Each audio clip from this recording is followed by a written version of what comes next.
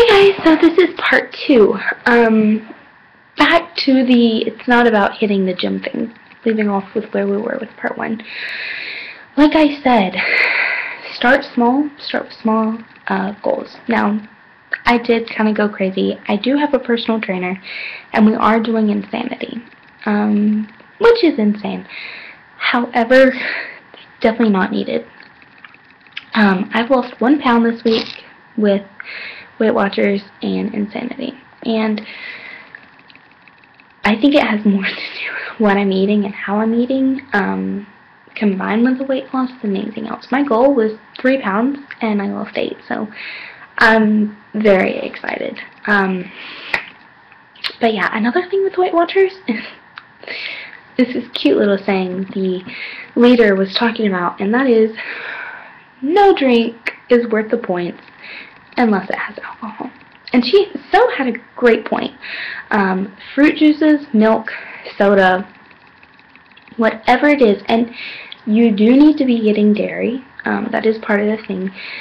And if you're vegan, you can do dairy substitutes, but they actually don't really recommend soy because soy can kind of mess with female hormones, which I didn't even realize. And soy milk can actually make you gain weight, even though it does have less calories. So, one thing to be aware of, soy milk. Just regular milk is actually healthier, even though it does have more fat. There are good fats and there are bad fats. The type of fat in milk will actually help you stay fuller, longer, and like more energized and things like that. So another thing is good fats, bad fats.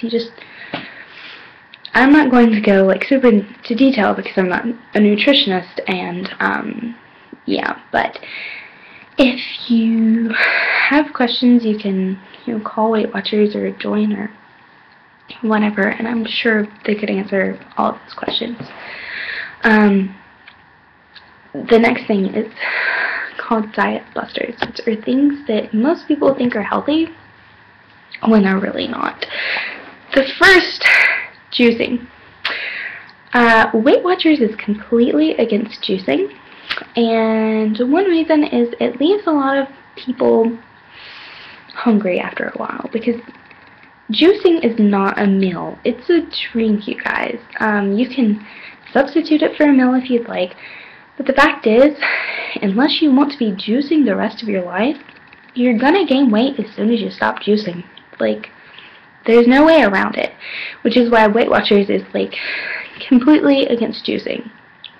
If you're doing it to get fruits and veg you didn't get in that day, maybe I could see that.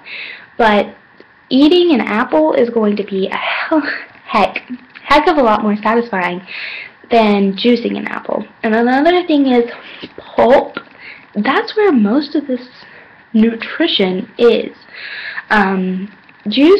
Fruit juice itself really is just like sugar water. It's flavored sugar water.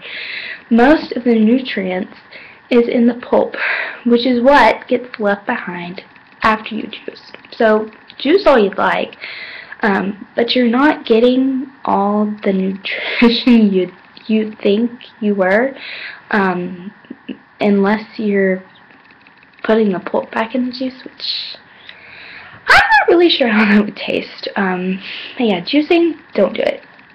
Another thing is weight loss shake. This is their biggest diet buster. Number one, they don't satisfy most people. It's not a food. It's a drink, again. And it's got lots of sugars and carbs. These are not helping you. It also doesn't have any fat. And you're probably thinking, why would I want fat? I'm on a diet. Fat, in the right amounts, will actually help you stay fuller longer. It'll help you feel more satisfied. And it will really, I'm not going to say it's going to like reduce the amount of food you're eating. I'm not going to say go eat fried chicken or something like that. I'm saying healthy fats like nuts and things like that. It's way healthier than a weight loss shake. And the way that I described it is if Slim Fast, for example, or Atkins, or any of those, you literally might as well take ice cream, fill up a cup, let it melt, and then drink it, because that's pretty much the nutritional value that shake has. Even like the ones that are super full of protein, look at the sugars, look at the carbs, look at everything. Like, don't just think, oh, it's got like 90 calories, this has to be healthy. It's not. It's just not. And another thing is sherbet. It's full of sugar. Ice cream actually has more vitamins and dairy, which is healthier for you, and it has, again, healthy fats, which, if you had a choice between sherbet and ice cream, 2 weeks ago I would have thought, heck, sherbet has got to be healthier. It's not. Ice cream is actually healthier, but you really shouldn't be eating either, unless it's in like small portions, and definitely in moderation. Another thing is bread. Sourdough and rye are the two healthiest types of bread. If your bread has the ingredient sugar, or one of the code names for sugar, because sugar is labeled as so many different things nowadays, within the first 5, it's probably not a healthy bread, unless it only has like 7 ingredients, which chances are it's not. So yeah, and whole grain bread is not as healthy as one would think. Sourdough is actually healthier, and rye. I personally don't eat rye, but I have been eating sourdough now. So little things like that. Okay, Cliff Bars and other like munchy snack bars.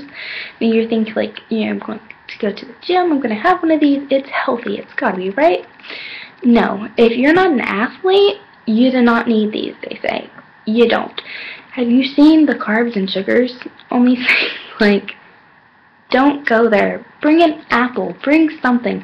Do not touch that Cliff Bar, which I personally love Cliff Bars, so this was kind of disappointing for me. But yeah, and again, on the sugar versus fat, fat is actually good. It helps you stay full longer. Like I said, sugar can actually make you hungrier. It will make your body want more sugars. So yeah, fat versus sugar, even though it sounds completely stupid, fat is actually good in right amounts. So yeah, another thing, weight loss supplements, which I'm briefly going to touch on here. Ally is what I chose because it's one of the only ones that actually teaches you how to eat. It does not curb your appetite or make you jittery with that caffeine. It blocks the fat. So you will have unpleasant side effects if you suddenly decide to eat a donut. You are. But you're not going to have those side effects unless you eat really fatty foods. So you should be good. If you're having unpleasant side effects, you need to change your diet. It's as simple as that. And yeah, I know this was me talking super fast, but that is part 2. There'll be more parts to come, I feel sure. If you guys have any questions or anything like that, feel free to comment. And nothing I said today is anything like I decided to come up with.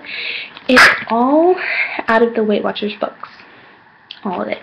So, if you don't like something, call Weight Watchers, talk to them about it. I'm sure they can explain it 100 times better than I can. But yeah, if you guys have any questions or anything like that, feel free to ask. Bye guys.